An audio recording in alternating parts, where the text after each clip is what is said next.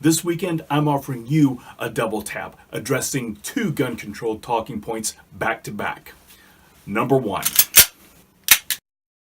remember Big Bear Lake? Remember Umpqua?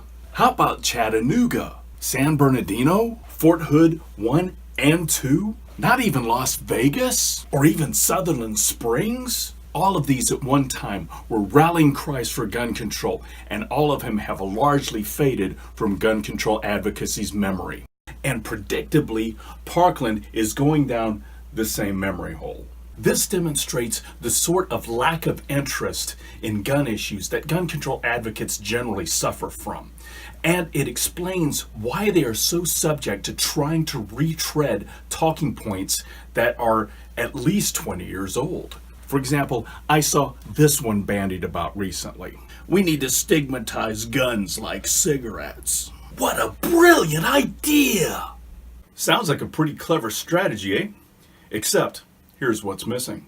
This idea was already floated by Mark Rosenberg of the CDC back in 1994, and it was expressed in an interview that he had with the Washington Post where he said, "We need to revolutionize the way we look at guns, like what we did with cigarettes. It used to be that smoking was a glamour symbol, cool, sexy, macho. Now it is dirty, deadly, and banned."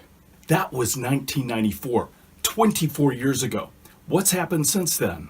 Then there were about 192 million guns in civilian hands. Today, there are at least 350 million. Then, the state of concealed carry was pretty evenly divided between shall issue, may issue, and no issue. Today, the majority of states all have some sort of shall issue licensing, with an increasing number of states being constitutional carry, and only 8 states still being may issue. Then we had at most maybe a couple million concealed carry licensees. Today, that is probably more than 17 million. Way to follow through with that strategy, gun control guys. What's more, how has this country failed by your failure to successfully demonize gun ownership? Well, back in 1994, we had about 17,000 murders.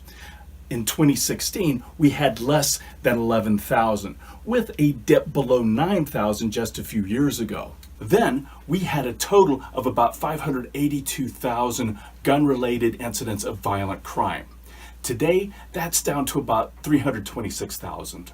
So, if the whole "let's make guns the new cigarettes" idea really didn't work back in 1994 when gun control was more popular, and that was also the year that the Clinton assault weapons ban was passed and went into effect, what makes them think that it's going to work now? Number 2.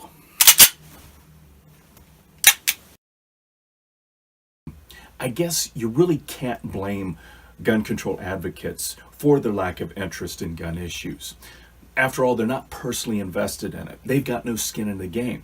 So when it comes to a piece of gun policy, whether it's something they're wanting to promote or something they're wanting to resist, whether that succeeds or fails, nothing changes for them personally. And this flips a favorite argument of theirs back on them, namely the "who needs" argument. Who needs a gun? Who needs an AR-15? Who really needs a 30-round magazine? Of course, we understand that it's not a question of needs, but rights. And the beautiful thing about rights is that you have the freedom to exercise them or not, whether you need to or not. But let's indulge their needs argument for a moment and assume that rights are determined by needs and apply that to First Amendment protections on speech rights. I'm sorry, I meant protections extended to those who really have a need to speak on an issue. So, do gun control advocates really need to talk about gun issues? Most of them don't own guns, so gun issues really don't affect them. No real need there. Practically all of them don't dodge bullets every day going to and from wherever it is that they need to go to, nor do they step over bullet-ridden bodies everywhere that they go. So there's not really a demonstrated need there either. And the overwhelming majority of them demonstrate their lack of need through a lack of interest, which manifests itself through a lack of knowledge about guns, about gun law, gun culture, about current and not so current events surrounding gun issues. So if they really do believe that rights are determined by needs, then they really need to stay out of matters pertaining to gun issues. So that means no debates, no organizing, no assembling, no voting. Gun control advocates, did that burn you up a little bit? Did that statement offend you somehow? How dare you? This is a right. It's part of the whole concept of rights. They are not supposed to be up for a vote. They are supposed to be inalienable, even by majority vote.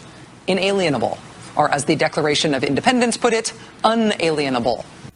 Exactly. Now, you just might have hope in understanding why it is that we gun rights advocates are so passionate about Second Amendment rights. It also helps to explain how it is that we know so much about the history of arms and civilization, the philosophies undergirding armed self-defense, the latest technology, the latest laws, the latest litigations, and so on and so forth. In short, we live gun culture. It's not just a peripheral interest for us, like it is for most gun control advocates.